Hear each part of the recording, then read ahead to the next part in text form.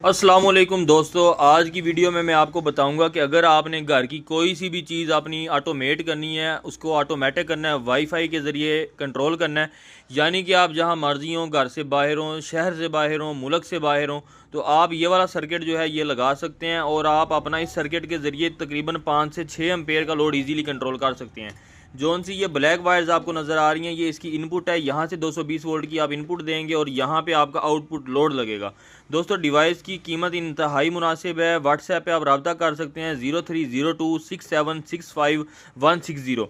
कमाल की चीज़ बनी हुई है। उसके बाद इसकी ऐप जो है फुल ऑटोमेटिक है, आपको पूरे महीने का हिसाब भी बताएगी कि आपके कितने यूनिट जल चुके हैं, आपके कितने वोल्टेज आ रहे हैं वो बताएगी, आपका कितना करंट कंज्यूम हो रहा है वो बताएगी।